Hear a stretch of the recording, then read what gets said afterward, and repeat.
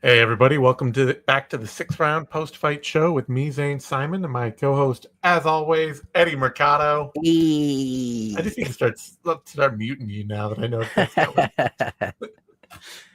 We're here coming to y'all from the end of UFC 312 at the Kudos Bank Arena in Sydney, Australia, where DDP, Dricus du Plessis, and Sean Strickland had the exact same fight they had a year ago.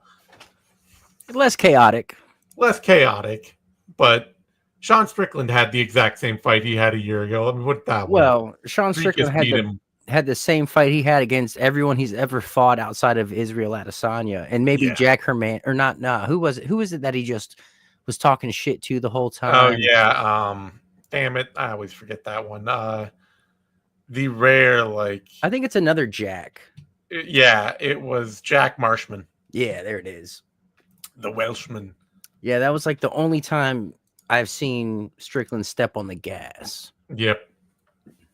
So yeah, and that was what we talked about on the Vivi going into this. Is like I was thinking, I was like, man, the margins in that first fight were so narrow. Like all Dricus had to do was get his eye busted up a little bit more, and the doctor might have stopped it. Forget the judges. Right. The margins were so close, and Connor made good points on this. Could either of us imagine, or anyone imagine, Sean Strickland going into this rematch with a different game plan to have a different fight? No. No. And Dricus, mess that he is, he does try different stuff. He does adjust. He does change things up. In this fight, he came in ready to swat the jab. Came in ready to pay attention to it and defend it. His face didn't get busted up. And he was ready to just strike. Yeah. One takedown. Yep. And it was like for a half a second. And so Dricus came in with an adjustment. He learned from the first time, and way fewer blitzes. He really stayed within himself for this. Yeah. Which was a smart tactic. Yeah, it wasn't a thriller, but all of and honestly, I thought 2 rounds of this were dead even, where I was just like, I don't know, maybe, they could be scored any way you want. I can see 1, 2, I don't know about 2. Yeah. There were at least a couple rounds in this fight where it's just like, this is not interesting. Like, nobody's getting anything done. True, but at least DDP was throwing volume and he was asserting himself. And you got to look at aggression when the strikes are like that. Yeah, fair enough. But whatever it was, every dominant round, every time there was a clear round, it was clearly Dricus's round. Yeah. That was the big thing. The only round that Sean landed more strikes was the round he got his nose exploded. And that was the 4th. Outside of that, he got outstruck. Yeah. And Dricus was being creative. Yeah. Showing variety, spamming kicks. And landing the bigger, more impactful shots. When Sean could land his jab clean, it looked hard and it looked good. But the rest of the time, he's just poking and prodding, and Dricus come back with something wild and winging, and it lands harder. And you're just like, okay, well, that's that. Yeah, volume is the bane of his existence. Sean Strickland just will not throw volume. And it's crazy because he's got solid cardio. Oh, yeah. So I just don't understand it. And you watch him spar and he just fucks people up. Like, he goes after him like a madman. Yeah. But when he's out there, he just doesn't do that for whatever reason. And I mean, easy for us to say, of course, but yeah. No, I think it's a psychological thing. Like, when the stakes are real, he clearly does not like to be in a firefight. He knows if he steps on the volume, then the fight is going to get really hard. It's going to get traumatic. It's going to get violent, and he doesn't want it. He's the point at the ground and then take 5 steps backwards guy. But he did go after Izzy. Yeah, but which was weird. that was also a thing where, like, I mean, he went after because he will go after people for like a round, but it's often then like once they try to come back or once he settles into the fight, he just takes his foot off the gas and that's it. Like, yeah. And when he went after Izzy early, he dropped Izzy, and once that pattern was established, it was really more about Izzy just being cowed by Strickland. Yeah, because I think as we have now seen more and more volume or more and more evidence of, Izzy got old, and he knew it. We didn't all know it, but he knew it. Yeah. So yeah, that was a outlier for sure, an exception. Yeah. Otherwise, Strickland, I mean, this is the guy. And yeah, somebody, Godzilla Hooper, saying Strickland looked worse compared to the last fight. It's because Dricus came in expecting the same Sean Strickland and planned around that. And Sean Strickland and got the same Sean Strickland. Exactly. Like, yeah, you got to credit DDP here. He evolved. He came up with something new. You know, he stuck to his game plan. There, when he did finally hurt Sean, he started to revert back to his old self and just went, lunging in with some craziness and started to get really popped with the jab. Yep. And that's why he got outstruck that round. Yep. Because that's old DDP. But yeah, Sean just same bat time, same bat channel. Yeah. Same results. Also, Ian, I say he's going on and on and on about the staph on Sean's arm. Every third fighter fights with staph anymore. We see more staph infections in the octagon than we see to combat that. Remember, Murab had the staph also. Remember that? Yeah. That dude was like, he had all the energy. Yeah. I'm not going to chalk what looked exactly like every other Sean Strickland performance up to Sean Strickland being sick this time. Yeah. It's the thing. Sean is who he is, and hopefully this is the end of his time as title fight material. And I don't say that because I care much about Sean Strickland being a dumbass on the microphone. I say that because he has been the most boring. Dricus du Plessis is a super fun fighter.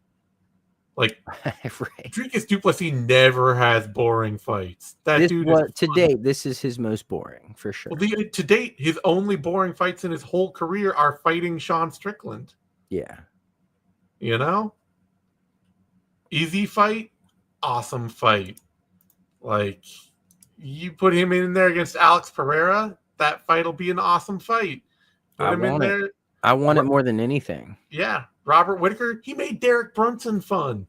Like, Brunson's always one, he took the right path going through Derek Brunson. And two, Derek Brunson is always fun. What are you talking about? He made Darren Till fun.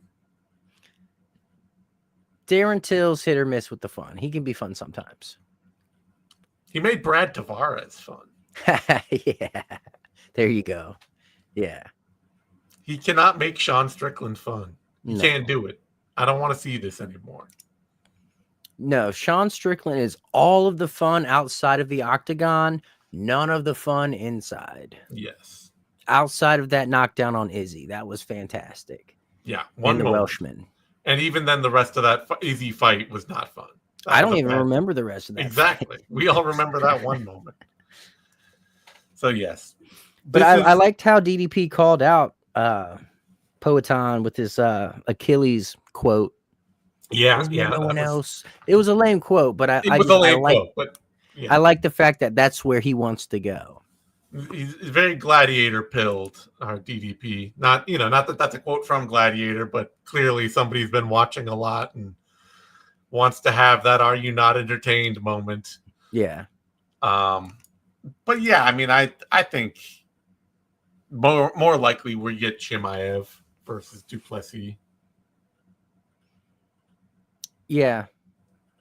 I mean, the clear number one contender is Hamzat. hands down. Yeah. Number one contender. No one's a close second. You got a couple guys who are in the running, nice winning streaks, whatever the case. Not as clear as Hamzat. No. Hamzat's number one. However, I would still rather see DDP move up. And I know Ankalaev is fighting Poatan. And I don't give a fuck. I know you don't. I know you want that fight canceled tomorrow. Cancel that shit. Let's book the DDP fight. I want to see everyone fight Poatan except for Ankalaev. That's like the one guy where I'm just like, fuck him. And it's his own fault. I know. Because he's taking the boring route. I'm an Ankalaev lifer. And how can you sit here and bitch about Sean Strickland being boring and still be on the Ankalaev train? No, let me finish. I'm an Ankalaev lifer, and even as an Ankalaev lifer, these past couple of years, I've had to be like, okay, man, it's enough. Like, I have been here since you were fighting nobodies in Russia. I saw his like third pro fight, and I was like, oh, that dude's gonna fight for a UFC title someday. And here he is. And by the time he's gotten here, I'm like, I don't need to see it. Like,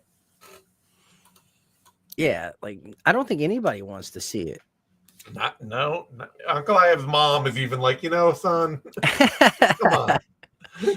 Even his coaches. Yeah. But and the outlier here has to be said is Chimaev is not at all okay. You know what? Screw you. That's the only time I'm ever excited to see Mario Bautista enter into this conversation. Is at the detriment of Zane Simon. The thing that might make DDP versus Pereira possible is that Chimaev is so selectively booked and so rarely available to fight that we don't actually know when that fight could be booked. Like, the UFC loves going back to the Middle East. They love going to Abu Dhabi in October. So I'm sure they'll want to go there in October and have him fight there. But also, I would expect that that's where they're going to target the next Islam Makhachev fight. True. And, like, if Chimaev isn't healthy enough for that, or if something weird happens, then suddenly you've got, is Dricus du Plessis going to sit for a year waiting for Chimaev? But no. Hamzat doesn't have to fight in Abu Dhabi anymore. Oh, yeah? Is that what they're telling people? No, that's all cleared up, man. I'll believe it when I see it. He can come to the U.S. No, I know. You know who the president is, right? It's true. It's true. You know who his buddy is, right? That's a done deal. I'll believe it when I see it. I'll bet you a ham sandwich. Okay.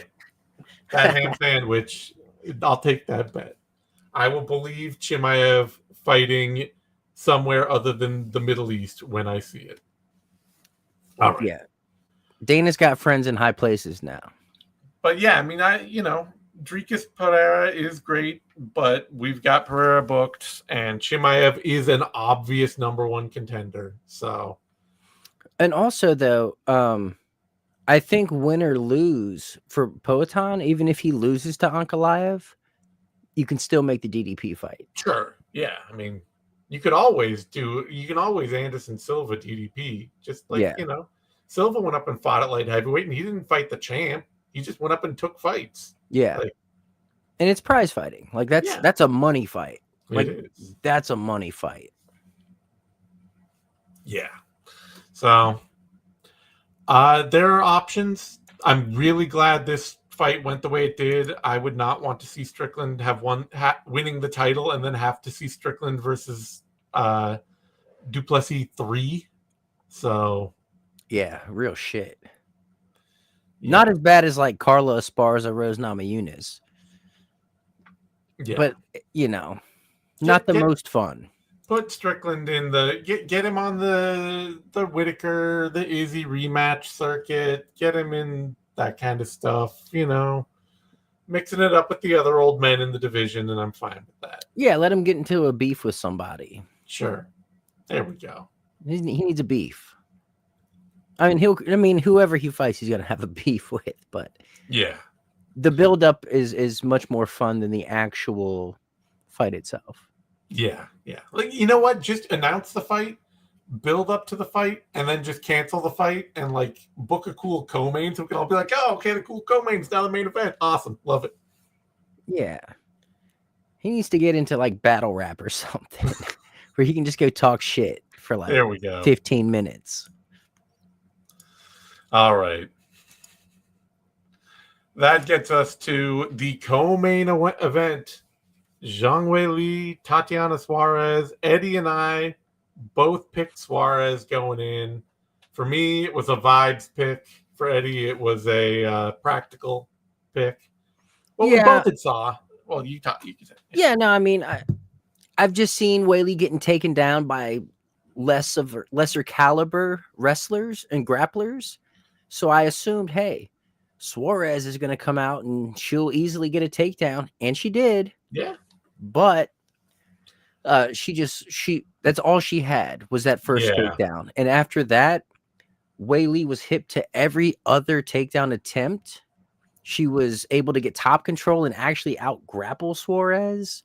And then when it comes to the striking, I mean, completely different. Oh, yeah. I always knew that the striking was just a complete landslide for Zhang Weili, but my feeling was, you know, we both watched the Rose Namajunas fight, for Zhang, and it was like, okay, if Rose can repeatedly take her down, and if Zhang's game off of her guard game is just really inactive and not good, and not, you know, she doesn't have a lot of aggressive get-ups or stuff like that, then yeah, I think Suarez can do it. And my feeling was Suarez could do it, and she could get a good enough, aggressive enough position early enough to submit her.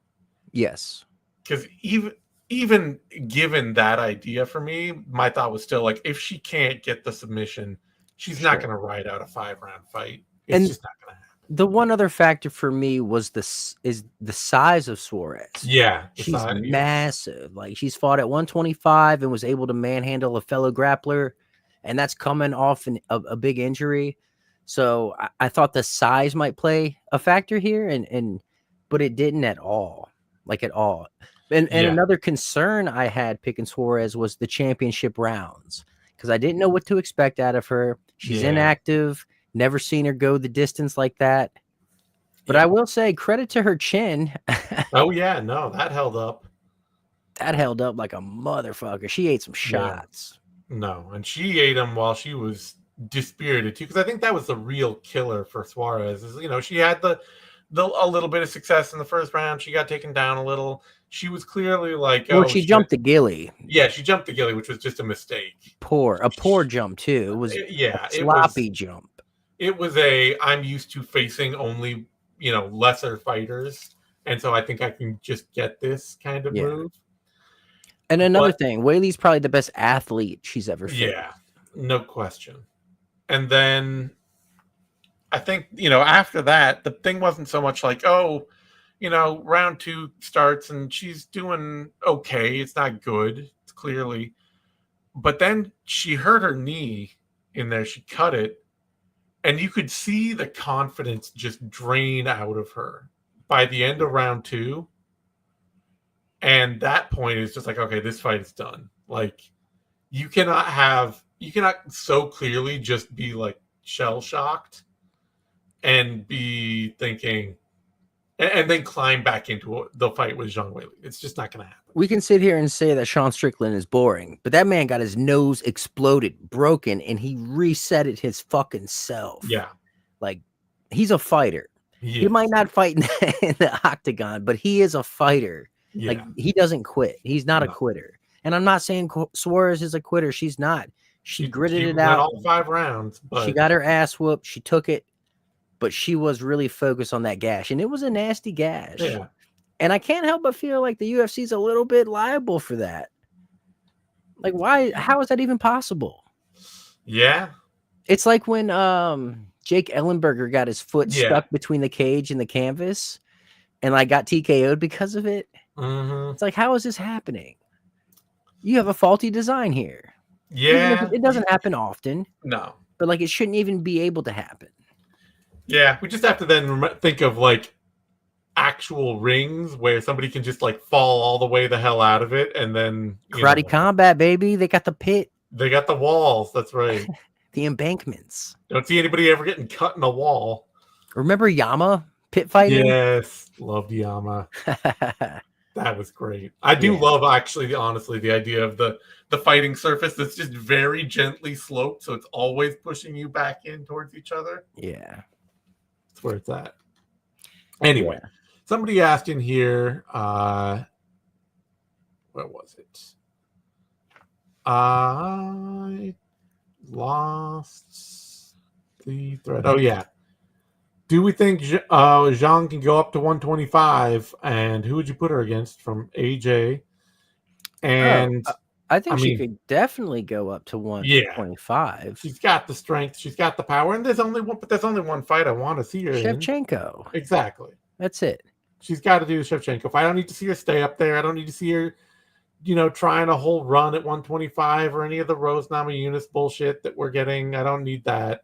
Just do the Shevchenko Manin's out there. That's interesting. I'd like to see that. Which one? Manin Firo. I guess, but I just want to see Weili Zhang in that one super fight, and then she can go back to strawweight and do her thing there. And I think Jandiroba is also in the running. Not that I want to see that. She's in the running for I hope she gets a strawweight title shot, just because she is, she's improved a lot and she's worked hard, and it's sort of one of those great culminations of your career, like you got to this moment kind of things, Yeah.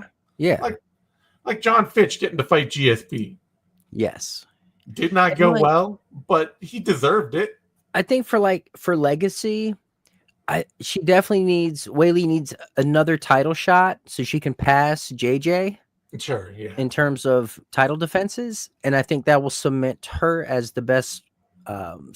She already is, but it would be, the title defense record would really cement it. Yeah, I mean, she beat her twice, Yeah, Rose beat her twice too. But Rose is, her record at 120 or 115 is all over the place. So, but I also think she should go up and challenge Shevchenko. Oh yeah, we need to see that Shevchenko fight once. Because honestly, that's the most fun fight at 125. It is. Yeah, that's the real reason, honestly. I don't even... For Weili Zhang, she can hang out at strawweight and fight other fun fights. That's great. But Shevchenko right now, I don't care about Shevchenko Firo. I don't care about Shevchenko versus... Grasso 7. Grasso 7 or Shevchenko versus Aaron Blanchfield. Or Macy Barber, like they're fine fights, but this is like the one cool. Ooh, I need to see that. What if it's like booking? The chances we had to book Aldo versus Cruz over the years. Yeah, or shout out to Cruz for retiring. Yeah, I may not love Dominic Cruz as a commentator, but I will always give him full respect for being not just a very good MMA fighter, but an actual metagame adjusting MMA fighter. He changed the game. He changed the game. He did. Without Dom, there would have been no TJ Dillashaw. Yep. There would have never been an emphasis on footwork and movement. Yep. He changed the game. He did 100%. He was not the front foot of pushing the volume meta forward, but he was the front foot of pushing the footwork meta forward. He walked so Cody Garbrandt could run for one perfect fight. One perfect fight. Oh, man. Man, I remember being there at UFC 178 when Cruz came back from like the longest layoff of all time and just absolutely wrecked Takeo Mitsugaki. Oh yeah. Dude, it gave me chills. Like it gave me chills. So shout out to him, man. Yeah, no, he was a lot. I remember, back in his WEC and back in the early part of his UFC run and his whole Uriah Faber feud and all that. Honestly, somebody asking what our favorite Cruz fights were, and I think for me, honestly, the one that I think it's got to be the first win over the win over TJ. Like, and not because it was like a perfect Dominic Cruz performance. Like his best performances were over, Scott Jorgensen and Uriah Faber. But that was just such a tough fight late in his career after such a long layoff, and for him to come back and win the title, that was awesome. I think for me, it's probably the Mitsugaki fight. Just that was I was live and violent. It was so energetic, and he was gone for so long that he finally. And it was only a minute, and you love yourself some fights that are done in a flash. Yeah. And like, I don't ever like at that moment. I was like, he goes the distance a lot. So for him to come out after so long and whack somebody, oh man, yeah. I got high off of that. Otherwise, so yeah. Where were we? Talking Weili Zhang, Tatiana Suarez. Oh, well, we went off on a tangent because this fight sucked. I'm just gonna say it. It's a one-sided ass kick. It was a one-sided ass kicking. Like, I was feeling bad for Suarez out there. Like, yeah, I was feeling bad for her. I think I'm glad this fight happened because she has been a future contender since she first hit the octagon. Yeah. And she beat 3 former champs to get here. It's not like she didn't beat anybody. And she beat cancer. Yes, that too. She's overcome so much. Mm-hmm. And she got her shot, but she wasn't ready. Like all the time that she didn't get to spend fighting, it's clear that she lacked the experience. Well, not just the experience in fighting, but just the time that was taken away from her from training and developing into a complete mixed martial artist. Like she's always going to have her wrestling and her grappling.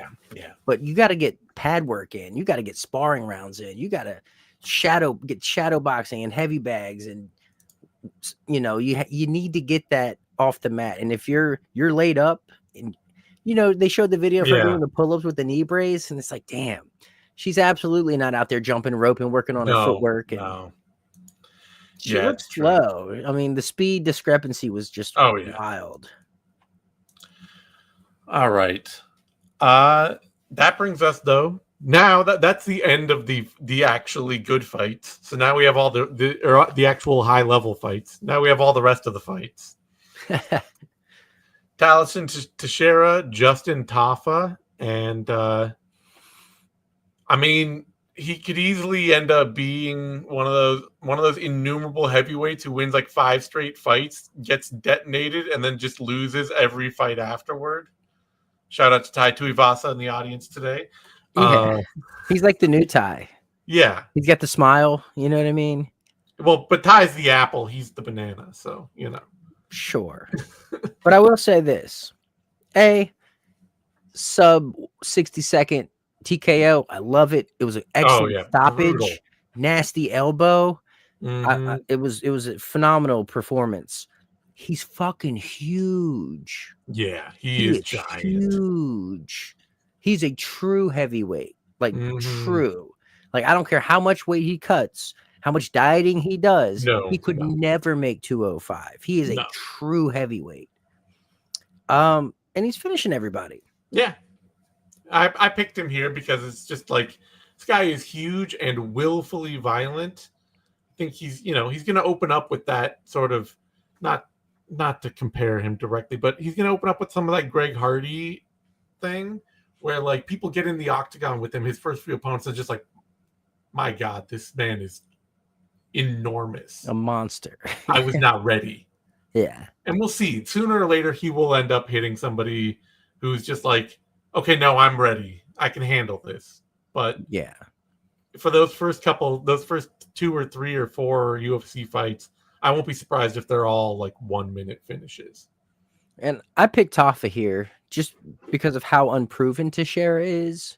Sure. But I had a buddy hit me up and he was like, "What do you think about Tafa? Like, should I bet on him?"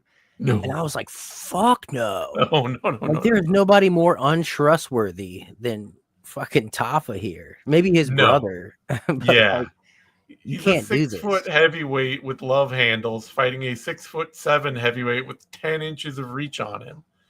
Like Mark Hunt, yes. Mike Hunt? No. Yes.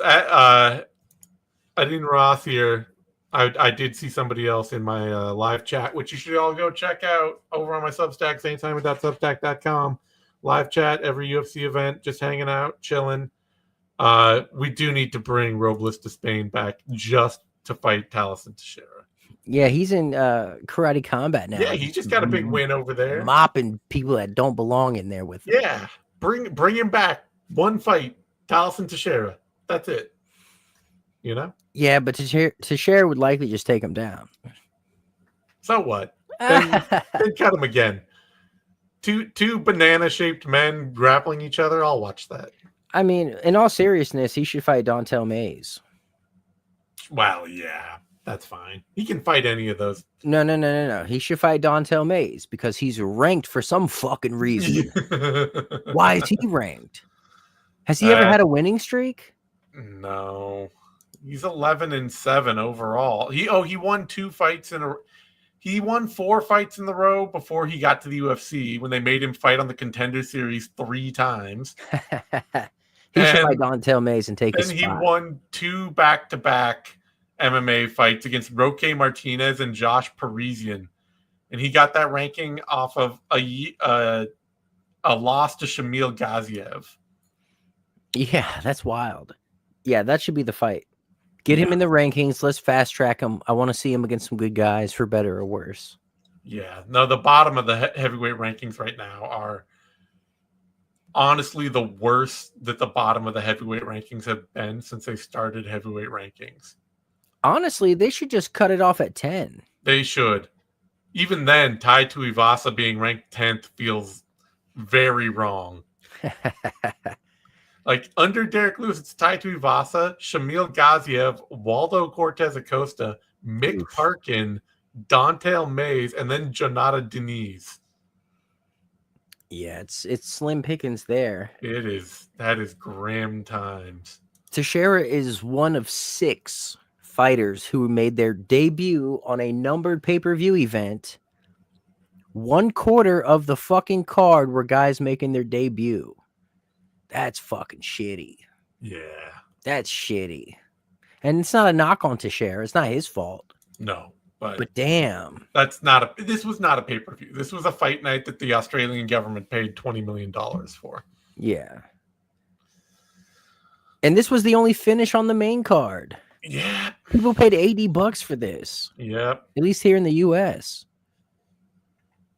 All right. That brings us to a light heavyweight bout. Jimmy Crute, top award winner for most untrainable fighter in MMA history. I do not understand it. This man has been a pro now for 8 years. He's been in the UFC for the last 6 years. And his problems have been laid out to him in astounding clarity for the past 4 years.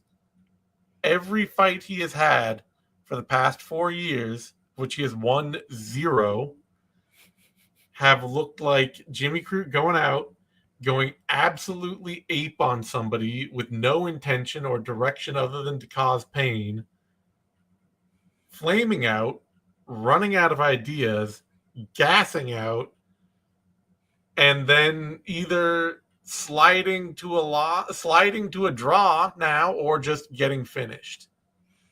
No, it's true. But here's the cool thing about it. We know who his next fight is, and we know how he's going to lose.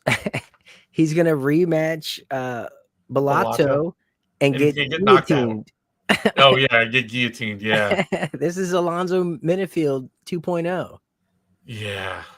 It's fun as fuck though. Like, no, he's a thrill. You can see why they keep him around, but it was insane watching that first round. Because first of all, fight should have been stopped. End of round one, Bellato went down like a folding chair, and he was looking up at the lights with no idea what was going on.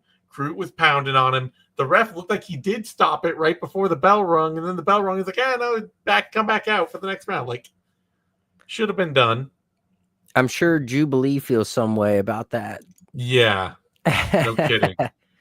But I'm glad it wasn't stopped though, because Bellato fought himself back into it, and he did. Turned out to be a war.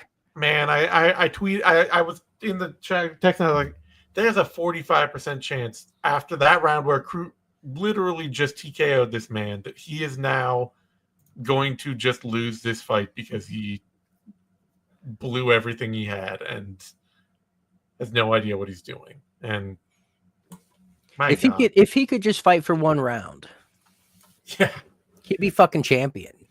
Right. He's got a solid first round. But hey, at least he lives up to the mullet. Yeah, there's that. It's a bitchin' mullet. It is a bitchin' mullet. And I think I just agree that he should just take this fight again. And I agree with the scoring. I scored it a draw. Oh, yeah, I scored it a draw too. Yeah. Big 10-8 round one. Yeah. And then rounds after that, Bellato won them both. And yeah, there's not really anything else I care to see Crute in. Like, man, he does some brilliant stuff, but just goes too hard. Well, too soon. And he doesn't have any, like, he fights a lot like Ronda Rousey, where, like, when Ronda Rousey got KO'd by Holly Holm, because Ronda Rousey's whole thing was like, I'm gonna go after you, and I'm gonna try to hurt you as hard as I can, and if you have any pushback, I'm just gonna push twice as hard. Like, that was just her whole ideology. It's like, if I'm losing or if something isn't going my way, that just means I need to do it twice as hard. That's the end of the conversation. Which is why when she fought Holly Holm and she's running into her, she just could not for the life of her imagine doing anything else but running full speed into the next Holly Holm head kick. And that's Jimmy Crute too. It's the same thing. It's just like, I'm going after you. Did I hurt you? Great. Did I finish you? No, I'm just going to run at you twice as hard again. Or did you hurt me? I'm going to run right back at you twice. Like, there's no other setting. You know, he had some really educated hips defending that Bellato takedown. The way he landed in full mount, like, that was brilliant. That's a brilliant move. No, he's got all the speed and athleticism to be a heavyweight or a light heavyweight. Bellato doesn't. That's a heavyweight speed man if I've ever seen one. Yeah, but he's tough as shit. But he's tough, and bigger thing is too is he's calm and he can just keep going at the exact same speed every round. Like, him showing up for round 2 was impressive. Yeah. Like, I don't think he knew where he was. I don't think he knew the year. No. But yeah, just run that one back. And I don't really have any other. Like I say, I mean, at that point, you either run it back or you just cut Crute. He's a ton of fun, but like, nah, you can't cut him off of that. It's been years since he won a fight. But that was a banger. Yeah, I know, but nah, don't cut him. I just don't care. I don't care what fight he's in, you know, for better or worse. Well, that's the majority of this fucking card. Yeah. To be quite honest. All right. That brings us to a welterweight bout. Jake Matthews. Oh, but wait. But before we get to there, we should mention that Izzy versus Gastelum got into the UFC Hall of Fame. Oh, yeah. Which was an instant classic. I fucking love that fight. Great fight. That was like a coming of age for Izzy. It was like the first time he was tested. We had to see him dig deep. He showed the heart of a champion. Like, that was a real selling point for me. Like, I was high on Izzy on the lead up, but watching him have that medal, I was like, oh, okay, this dude's for real. Yep. Excellent fight. Yeah. Cool fight. Great. I love it. It's a fight deserving of memorial. And I'd like to see them dig a little further back into their own past for some of those too. But oh, you are preaching to the choir. Yeah. Like Easy versus Gastelum is a great fight, and it does deserve to be memorials, but neither of those men have even retired yet. Like, yeah, you know, put that in the hall when they're done, or when one of them's done or something. But like, you know.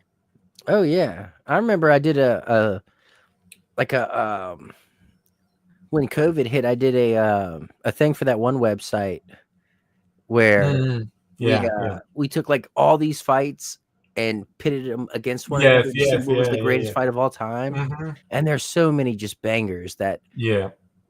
Now this is great, but those two should probably go in first. They're only getting further in the past, and the Hall of Fame should be used to memorialize this kind of stuff. Like I say, Izzy Gastelum, 5 years from now, people will still remember that. But you already have fights right now that not one of your active fans right now remembers. Yeah. At all. So. Yeah.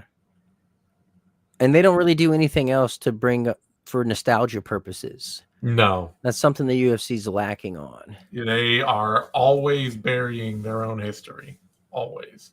Unless it's tough, which Dana invented and saved the company. And Forrest Griffin versus Stephan Bonner. Anyway. Dennis Hallman wasn't in a thong. He was in a Speedo. That's right. Get your history right. All right. Jake Matthews, Francisco Prado. Prado really getting kind of, I don't know who he pissed off to, like, or maybe it's who he, like, made happy to get booked in a pay-per-view main card against somebody way more experienced than him. But this wasn't the featured prelim? No. It's a pay-per-view opener. Really? Yes. Wow, it was. Damn. But yeah, this was just a fight that Prado was clearly not at all ready to take. And no, this was a veteran showing from Jake Matthews. Yeah, it was. I will say, credit to Matthews. It's the best that Matthews has looked in his new boxing style that he's been doing for like the past 5 years. It's always looked boring and really one strike at a time as like a back foot range game where it's like, man, I don't want to see Jake Matthews out here. Like, nah, he's swinging in the pocket now. This was Matthews actually sitting down and throwing combinations in the pocket. There were so many simultaneous hooks going on. Yeah. I fucking love that. That's one of my favorite things in the sport is when both guys are throwing their hooks and they're both landing at the same time and it's who has the better defense. Mm-hmm. I like this fight. No, it was a totally fun and fine fight. Overmatching booking for Prado, but a good showcase for Matthews in front of hometown crowd. And honestly, he really had Prado's hook scouted well. Oh, yeah. Like he was ducking under it regularly. He looked sharp out there. He did. This is the best I've seen Matthews look. And I have been a very vocal critic of the Jake Matthews his new style ever, because when he came to the UFC, he was like a run into you with a big overhand, shoot a takedown, and then be a scrambling grappler fighter. Yeah. And then like 5 years ago, he's like, I'm going to be a boxer who only throws one punch at a time on his back foot. And he's won a lot of fights, but they're no fun at all. And the fights he loses are basically anyone who throws a straight punch at all. So Prado wasn't that. He doesn't know how to jab, but this was just a good mix it up. Jake Matthews actually learning some combination punching. It's more than the jab, though. It's people who pack a wallop. Like if you can back them off, and I don't think Anthony Rocco Martin packs a wallop. Well, he strangled him. Yeah, but he jabbed him up first. Yeah, but that was a long time ago. it's still Jake Matthews has been that no fun guy. No, for sure. This is the most fun, the most complete I've ever seen him. And that might be the level of opposition. Yeah, like I say, he's Prado punching down. The booking did not make sense. Prado's had 15 fights. He just got to the UFC out of Samurai Fight House, which is fun if you want to watch it. It's Argentina regional MMA, but it is low level MMA. And that is half of Prado's career. Everything up to the UFC was Samurai Fight House. And that is, so maybe a cut above Alaska FC, but not a big one. He's a ton of fun, though. I like watching him fight. Oh, no, yeah. He's a brawler through and through. And I like Matthews' call out. I thought it was appropriate. Call out another veteran, Neil Magny. Sure. I think he's on a slump, though. Yeah, well. I don't know if he's woken up from protests yet. Matthews is one of those fighters who's just like resigned himself to never being the guy. Calling out Neil Magny right now, that is like, yeah, you had a name, but not for a fight anybody cares about. Yeah, but he's prize fighting. Yeah. He's trying to get the biggest possible fight he can get. And he's reaching up for Neil Magny. So. Which is... But for him... True, yeah. It's good for him. All right.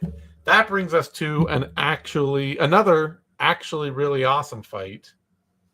Gabriel Santos, Jack Jenkins, and man, this was the fight I was most hyped for on the whole undercard.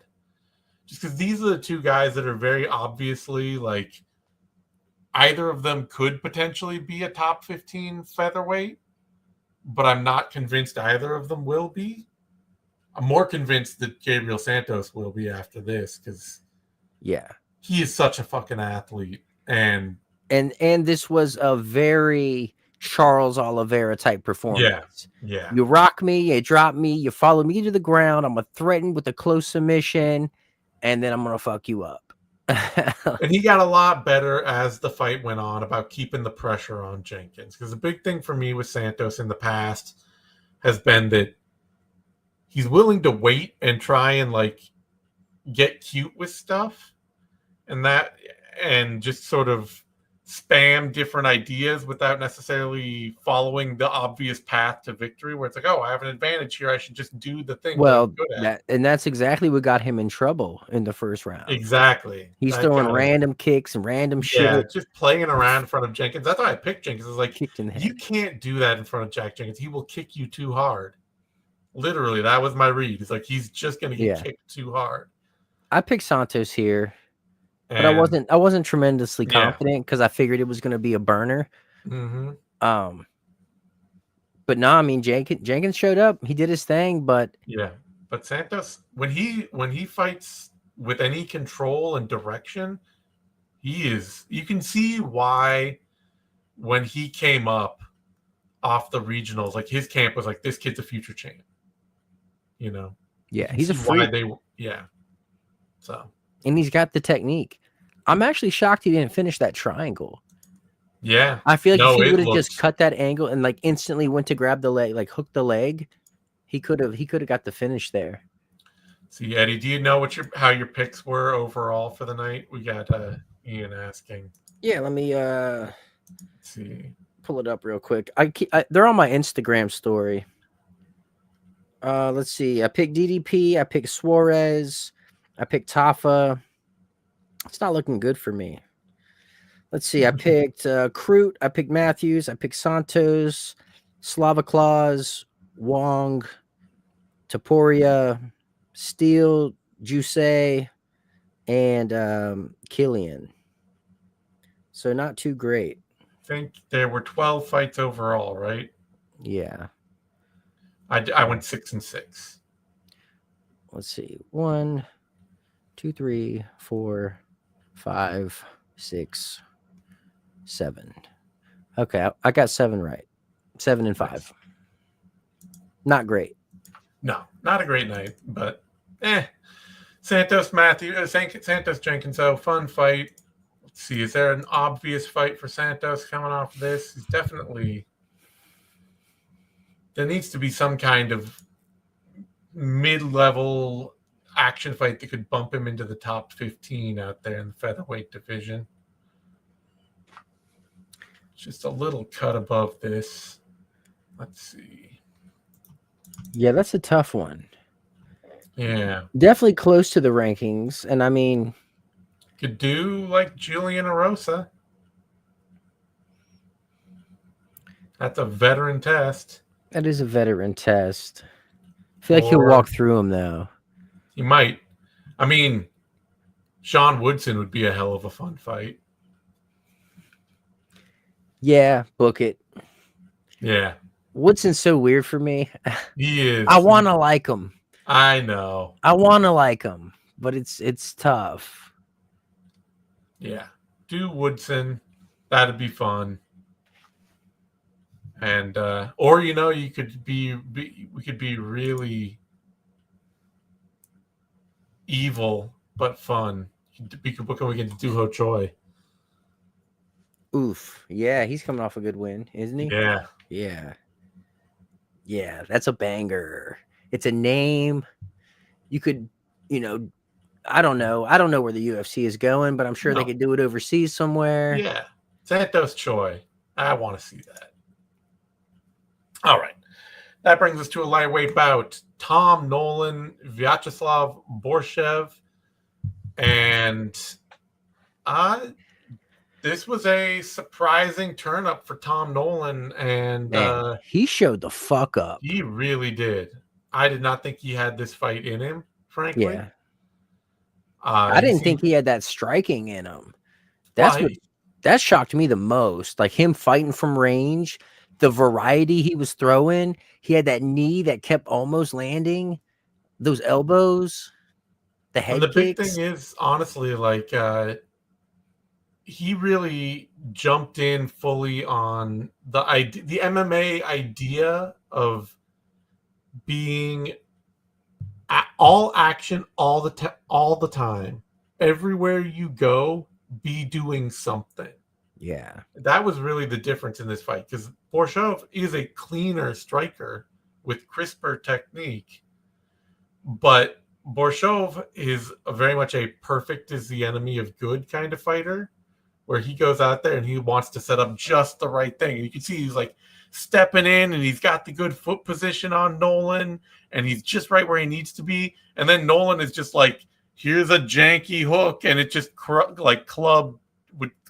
Borshev right in the face, or like here's a step in elbow and it's not clean and I'm nearly falling over as I throw it, but I'm throwing it and I'm throwing a front kick, I'm throwing a spinning back fist, and then Borshev, if Borshev would duck in for a takedown and get it, and Nolan's like, here's 10 elbows off my back, and it's just it may be janky, but he knew everywhere he went he should be throwing something, and I love it. Yeah, I love it. I was shocked. I picked Slava Claus here. I don't think he expected Nolan to be as sound off the back foot and willing to back himself up and like almost corner himself to just return fire. Yeah, I really think he thought he was going to just come over the top, set up something wild. I mean, those head kicks were coming close. Yeah, like he did land some solid shots, but Borshev had a lot of the right ideas. It was just, Nolan went first and last in every exchange. Yeah. So Borshev would step in, get jabbed, land something on the counter, and then Nolan would hit him to close out the combination. Even on the ground. Yep. Even on the up kicks. Oh, dude, that fucking. I don't even know what to call it. It's almost like a capoeira kick. Yeah, that little jumping, lunging up kick. Yeah, that was gorgeous. It's like, Fun bro, what are you on? Like, who are you? Who is this guy? Definitely. Like, it's an overachieving win from Nolan for sure. But it sets the bar. I'm going to expect this out of him every time. Yeah. Before this, he'd really only been beating the worst levels of athletes he could face. So I was, Mata went out there and just dusted him easy. I was like, okay, Borshev can do that. He's a solid athlete. He's faster. He hits harder.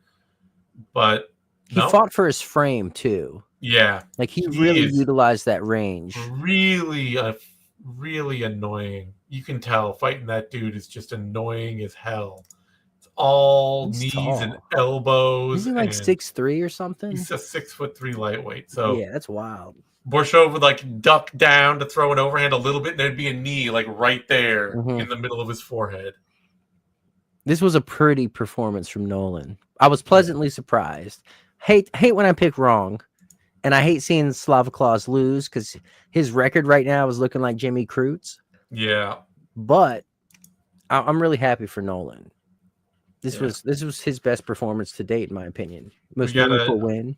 a recommendation from the chat fight that Nolan should fight Manuel Torres, and yeah, that'd be fun. Hell yeah. Or really just any other of these lanky lightweights that are out there that are too damn tall for the division. Daniel Zellhuber. Let's see. Who else? Zellhuber would be good. Yeah. Just whatever. Find another tall guy, put him in there, tall guy fight. That's all I care about. Yeah, this was great. Ignacio Bahamondes. Do that. Yeah. Is or even like what's his face? I'm blanking. Chase Hooper. Oh yeah, sure. Put him in there with Chase Hooper. That's an interesting. They're both lanky. Hooper's got a bigger head of steam right now. He's clearly gonna angle for better company, but that should end in disaster for Hooper. So book it in a year where after Hooper suffers a crushing loss to somebody actually good. All right. That brings us to a women's flyweight bout. Wong Song as the it's not Wong Tong. No, it's TS sound. Oh. Wong Song. Yeah, I know. Above my pay grade, Zane. Yeah. Wong Song against Bruna Brazil. And this was clearly a get back on the horse for fight for Song. Yeah, she was supposed to steamroll Brazil here. But I'll be honest with you, when the fight started, I was like, oh shit, we got a fucking fight on our hands. This is going to be competitive. They're both kicking the leg, different places. It was pretty even. And then Wong just took the fuck off. Yeah. I mean, she is clearly much better, a much more technical, much more patient, much more powerful fighter. Yeah. But you could also see, like, there was one moment where she started to really steamroll Brazil, and she walked into a huge counter shot, and she immediately checked herself and was like, okay, back off. Yeah. Let's just keep it. You know, I think that KO loss shook her up, and she has. Well, it was a submission, but yeah. It was a club and TK, sub. The club and sub shook her up. Like, she's not a fighter used to getting finished, and I think she just needed to go out there and win because she's not used to the idea that if she's reckless, she could get hurt. I think it was a good wake-up call. Yeah. It's like the showboating, have fun and all that, but not at the expense of losing. Yeah. So, like, because she had that other fight. I don't remember who she fought, but she had that one. She had that fight won, and she shot herself in the foot. Yeah. But it was great to see that course correction for her to come out here and be strictly business. Mm-hmm. No goofing off, none of that. Have your fun at the weigh-ins, right? Batman versus Joker, cool. Yeah. Awesome. It'll make its rounds on social media. Love it. But win your fucking fight. Yeah. And treat your opponents like they can hurt you. I think that's the thing that she's having to learn in MMA. Yeah. It's like, yeah, you might be technically better, but this isn't regional women's kickboxing. Like, you are actually facing better athletes here. Yeah. And it is disrespectful to clown your opponent when you're out there. So you gotta be careful with that. Not a bad win for her, but I think for people expecting dominance, it certainly wasn't a performance to thrill people. You know, it was dominant, but it was not like it became dominant. Once Brazil went in her shell, yeah, like she was legit running away. There were two things I absolutely loved out of Song in this fight, which is why I am still thrilled every time she fights. because she is mean, and I do like that about fighters. One was when Brazil went for some dumbass spinning kick in the middle of the fight, and Song just ran in, hooked the leg, picked her up, slammed her, and started punching her in the head. That was the end of the first round. Yeah, end of the first round. And that's a moment where so many MMA fighters would just step back and smile and be like, oh, haha, you tried something goofy. Touch gloves. Yeah.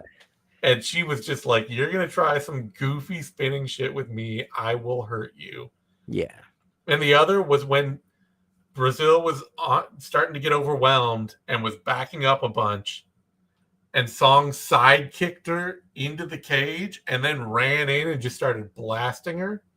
And that's such a great use of the side kick, because the side kick is one of those things that it's hard to do powerfully. It's hard to do a side kick in a way that hurts somebody a lot. Yeah. It doesn't have a lot of snap to it. But you can put a lot of weight behind it. So hitting somebody with it while they're already retreating is going to make them trip up over their footwork, because you're adding force to the direction they're already moving. Mm-hmm. And so to do that and then immediately follow up, that they're going to be off balance. You see that a lot in Muay Thai fights. Yeah. In rings, that you kick them off the ropes, teep them into the rope, yeah. and as they come back, you intercept them.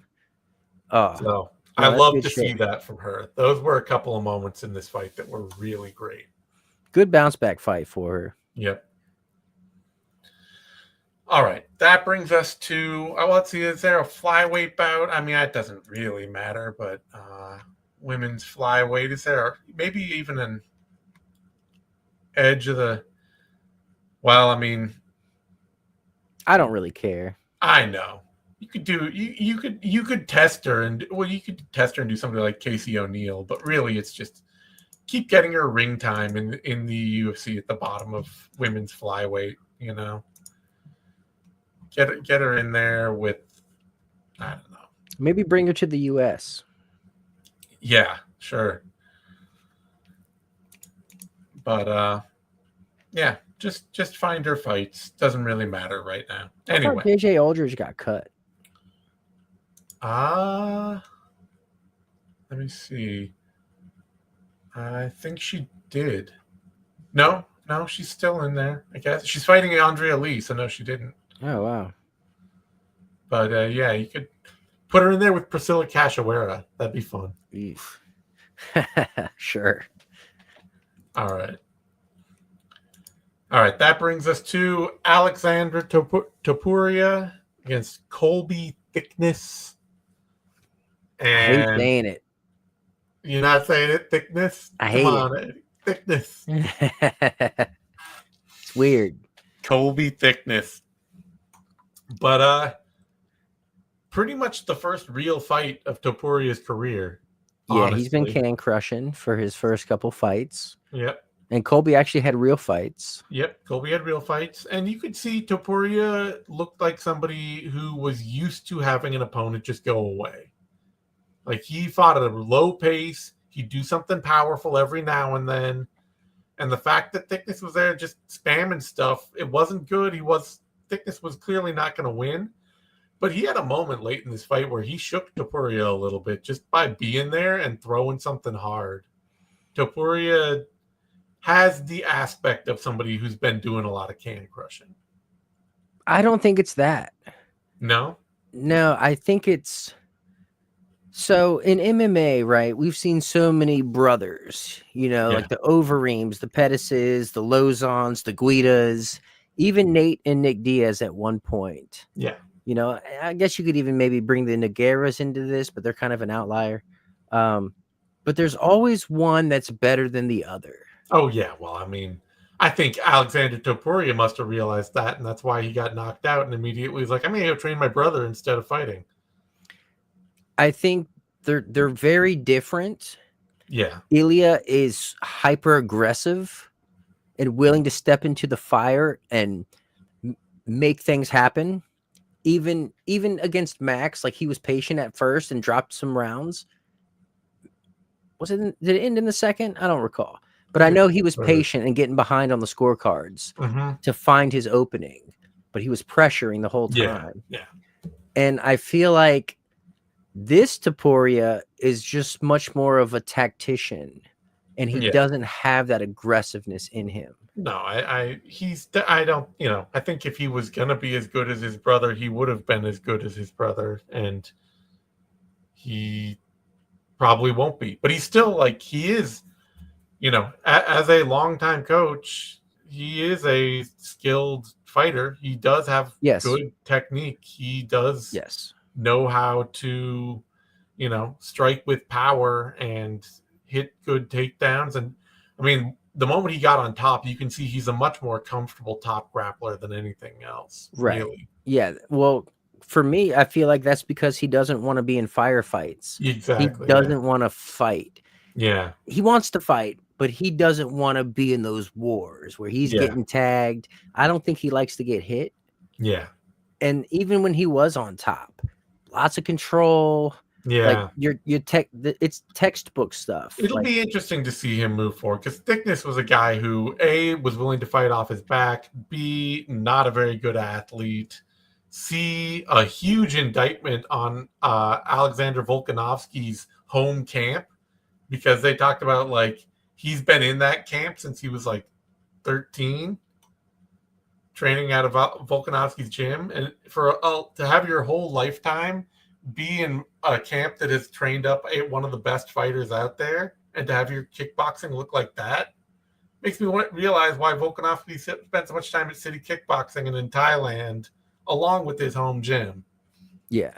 Like, yeah, that's not, if you're spending your whole life in can you imagine like somebody spending their whole life in a championship boxers camp and being like, oh man, this guy doesn't know how to throw a jab without flaring his elbow. Like, it just, they must not be they must not be teaching good striking in that gym.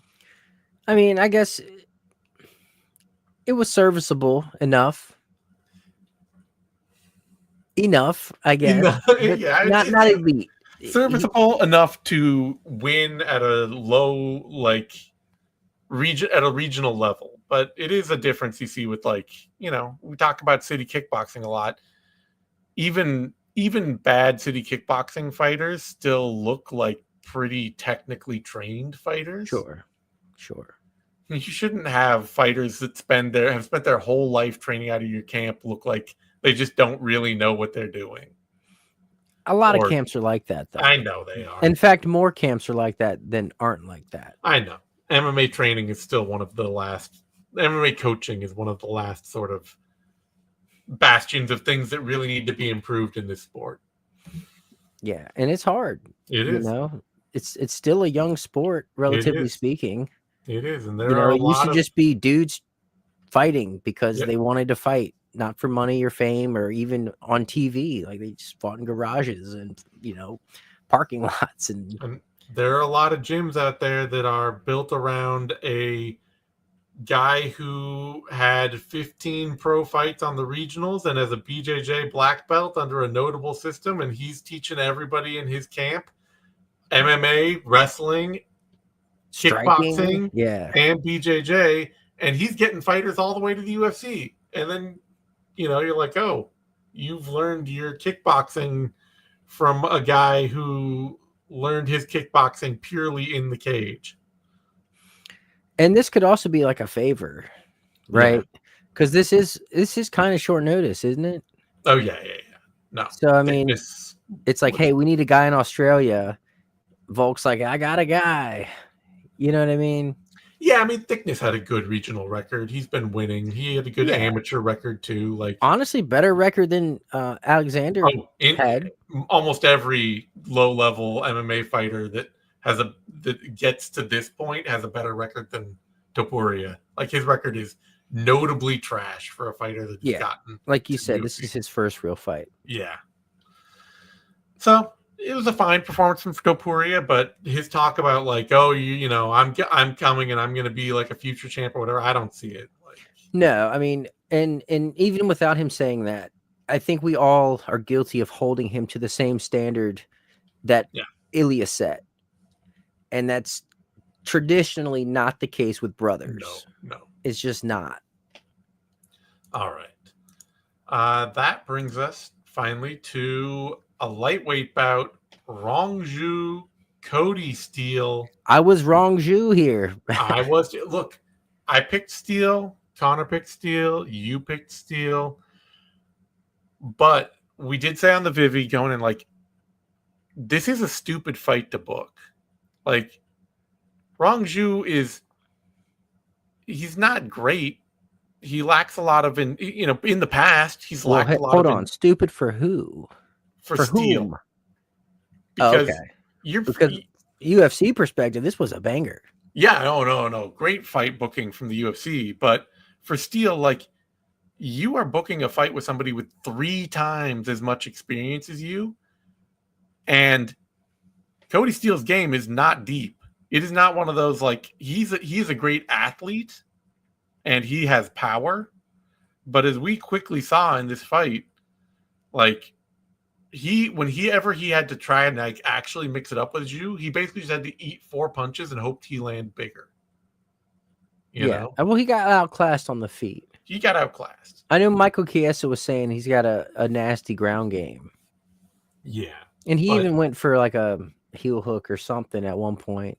Yeah, but the thing with Steele, I mean, I've been watching, I was watching him on the regionals before he went to Dana White's Contender Series, and it's always been like, okay, you took like 100 pro grappling matches before you ever went to MMA. Why don't you grapple at all in your MMA fights? Like, he is all about pressure and power. Because it's not cool. Because it's not cool. But Rongju, like, man, if there's one thing Rongju does, it's fucking punch from the pocket. Like, he will stand there and trade with anybody. He will. And this is a great case too of, like, they talked about him going to City Kickboxing, I think, ahead of this fight. Yeah. And they clearly added some directionality to his game so that he understood, like, it was no longer just like, oh, I'll go out there and I'll just mix it up with you in the middle distance and I throw one, you throw one, I throw one, you throw one. He was fighting like, oh, I got to press. I got to throw volume. I've got to control the pace and all that. And just doing that, like, this is the best performance of his career by a mile. Yeah. And a big thing was, like, he was really connecting with his third and fourth punch. Yeah. Yeah. And Steele, it looked like he was expecting a 1, maybe a 2, but not 3 and 4. No. The defense wasn't there. No. It's just not, his game's not deep enough for that. And Rongju was coming down the pipe. Yeah. Steele's loading up, lunging in, walking into things. This was an outclassing on the feet. It really was. Steele's still a good fighter who hasn't been in the game long. Find him some more inexperienced people to fight, because there's a lot there to work with. But, you don't need to have him go out there and just live off his chin for 2 rounds. Yeah, because that's not going to hold up. No. He needs to learn how to set up his strikes. Yeah. And honestly, he needs to learn how to set up his strikes to set up his takedowns. I want to see this ground game. Yes, me too. But damn, that last 10 seconds, though, that was fun as a bitch. Well, the whole fight was fun, but that last 10 seconds, man, I'm glad they did that. Just noticed, rare time for a pay-per-view, bonuses were all outside of the main event, or the main card, the main top two card fights. And Rongju Cody Steele won fight of the night. Fuck yeah. And Taliesin Teixeira and Killian Salkilled won performance of the night. So opening prelims. That's right on. Yeah. So let's talk here for a minute. Welterweight bout, Jonathan McAuliffe, Kevin Jusay, and a lot like the Tom Nolan Borchove fight, Jusay really let perfect be the enemy of good. And McAuliffe was just like, what if I just throw kicks all the time while you're stepping in, while you're trying to set something up, while you're trying to get foot position, while you're trying to figure out what to do, I'll just be throwing kicks all the time. But with purpose. Like, he was using the body kicks to set up the head kicks. Yep. Jusay had hamburger meat for ribs by the end of this. His lats were all bruised up. This was brutal. This is a great example too of what, when you see fighters go out and they have like, oh, I do like, I'll throw a spinning back kick here, I'll throw a back fist, I'll throw an uppercut, I'll throw a hook and all that. When you talk about like, you can do simple stuff in variety and have it be just as or more effective than doing, it's the whole 1,000 kicks one time or one kick 1,000 times thing. Bruce Lee quote. This was McAuliffe doing the one kick 1,000 times, where it's just all he's doing is changing the target regularly and using the target change to set up different things. And it's a great example of just how to actually fight smart around one tool. And against someone who is being one-dimensional. Yeah. I'm this close to saying that judo is the worst base for MMA. I'm right there. No, I think it is. I'm right there. Like Kayla Harrison's like holding me on, but those days are gone. Like the Yoshidas, those days are fucking gone. And honestly, they were rarely there. The judo practitioners that have been used judo exceptionally well in MMA are way overrun by the amount of world-class judo black belts who you've never seen hit a throw in a cage. Yeah, like Sokuju. Remember him? Yeah. He was, all the hype was his judo, and he just comes to bang. Yeah. It's like, nah, fam. It's like the most gassed up style today. And I will say this, we're talking for legit. Like for legit martial arts, Yeah, sure. There's a Aikido out there. For like competitive. Yeah, exactly. Yeah. Competitive world-class martial arts. We're not talking about Tai Chi and stuff like that. Yeah. But I would put karate above it. You know what I mean? No, yeah. Obviously wrestling, boxing, Muay Thai, maybe even Taekwondo. That's right in with the like 50-50 right there. But like it's catching up. Like and people say, we had somebody in here, Dean saying Greco. But Greco also, you see a lot of Greco guys who can at least wall install well. Judo, not anymore. But you've never really seen like judo players who are like, oh yeah, this judo person actually knows how to hold. Kayla Harrison's like the only judo person who's ever really had a game that knows how to hold people down. Well, Rondo, she was really good. No, she would just finish people instantly. But she was good at the tosses. Yeah. The no-gi tosses. Ronda's the one that fooled everybody into thinking judo was good. Well, judo is good. But just maybe not for MMA. Yeah. Maybe not for real fighting. Well, I don't know. I think in the streets, they can grab your clothing. Knowing any martial art in the streets automatically puts you like plus 100 over 90% of the people you'd ever fight in a street. For the most part. But judo's really gone downhill in terms of, and again, I think the gi is a big reason. And honestly, my perfect martial art would be gi tops. Like I want to see gi tops. Yeah, I know. You're on the sambo. You're on the combat sambo kick. Yeah, but none of take the weird stuff out of the sambo, like the headgear and the pad, the shin guards. They do a lot of combat sambo without any of that. Yeah, they have weird rules though. Oh yeah, I know. But like the takedowns count more than the punches. Anyway, give me like Lethway. Give me some Lethway with gi top. Gi top, but like ground rules also. Yeah. All right. McAuliffe really showed up. Jusei, terrible performance. Really, I think biggest thing, honestly, I think for him is he came into the octagon and he had a couple of good performances over old school, one punch at a time, flat-footed MMA strikers. And now he's faced actual, more modern, high volume MMA strikers, and they're showing that he doesn't have the ability to actually kick it up a notch. He's a bit Sean Strickland like. Well, it's that, but he's also defensively irresponsible with the striking. Yeah. Like severely irresponsible. Yeah. He's stiff as hell. He's stiff. He doesn't have the head movement. He's not good at blocking. No. I don't know if he checked any kicks.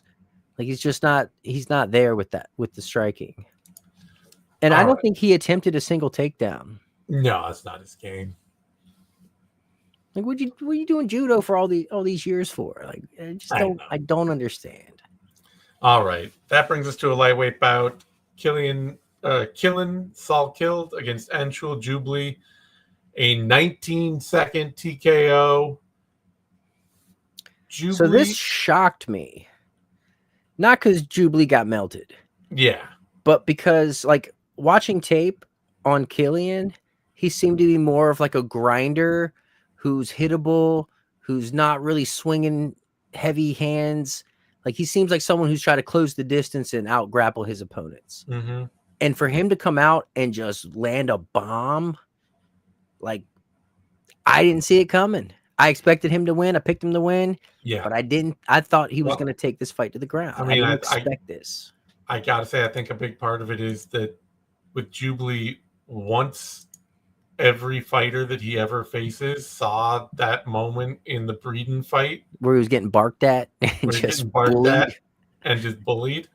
I think every fighter that fights him thinks if I go after this guy, he's gonna fold. He can't take it. Yeah, that's tough. I have the edge on this guy. Like I don't know that Jubli will ever recover from that. Honestly, nah. The blood's in the water. Yeah, the blood is in the water. So I did look. I get it. Jubli did have some like, compared to Bellato later on, Jubli does have some right to complain. Yes, but when the referee is on your back for like 30 seconds and you're still trying to wrestle the guy in front of you and grab his foot, that's probably a good sign that you have no clue what's going on. I think the ref could have definitely let it go on. Yes. But I am also fine with the stoppage. The way he dropped. And here's the thing. As a referee, you have to make your calls. Oh, yeah. Subjectively based on who is in front of you. You can't treat everybody the same. Than a referee who sees something, thinks they should make the call, and then stops themselves halfway through making the call. Right. Like Jubli, he went down, his head hit the mat, and he was like this for like a second. Yeah. But that was the visual the ref saw. This guy getting knocked down, his head slamming into the mat, and then him covering in the fetal position. Mm-hmm. And that's when he decided to stop it. And then Jubli scrambles up and like tries to get a leg as his opponent is walking away from him. And well, it was before he started walking away. Yeah, okay. But like still, the ref, he makes the call. It's fine. Yeah. Jubli got himself back into the fight, or at least attempted to. However, if it were a different referee with a different fighter, they probably maybe would have let it go on. But because it's Jubli, because the referee is less experienced than what's typically in the UFC, he made a judgment call. I respect the call. He was looking out for the fighter's safety. Like I said, he had 20 seconds there on Jubli's back, with Jubli still trying to wrestle the guy in front of him. Yeah. Like, that's a sign that you don't know what's happening. Sure. Sure. And, like, sometimes it's like that. You don't know what's happening, but you got fucking slept, and then you woke up when you hit the ground. Yeah. Is what it is. 19 seconds. Yeah. 19 fucking seconds, bro. Great intro to the UFC for South Kill. Yeah. All right. And you said he got a performance bonus for this? Yeah. Wow. Love it. That's that's 3 people that got bonuses in their debuts. Wow. First fight and you're already getting 50 G's, baby. That's right. Hey, get some of these kids from having to work at Burger King in the in between fights. Yeah. But that's life-changing money for these guys. Oh yeah. And it puts you in that pool of people, once you get a bonus, you're more likely to get a bonus in the future. You know what I mean? You're in that running. You're in the once they know you as a guy that gets bonuses, then they pay more attention to you. Like if it's a card, maybe there's a lot of finishes and they're not giving everyone a bonus, you'll probably have a little more favor. Yeah. All right. On that note, we're going to wrap it up. We'll have a little bit of bonus content for you bonus hunters out there over on our Substack. So subscribe to that. Link is down in the description. Hit like, share it, all that. You can find me on Twitter at the Zane Simon. You can find Eddie on Twitter at the Eddie Mercado. You can find me over on Blue Sky at Zane Simon. You can find Eddie over on Blue Sky at the Eddie Mercado. Anything else you're doing that people need to know about, Eddie? Nah. All right. Don't worry about that. And you can find me over on Substack on Fight Nights at ZaneSimon.substack. You can find me on Instagram if you want to. Don't do that, people. You don't want to see those pictures. They're filthy. Don't. It's a lot of sailing and adios. And anti-Mario Bautista.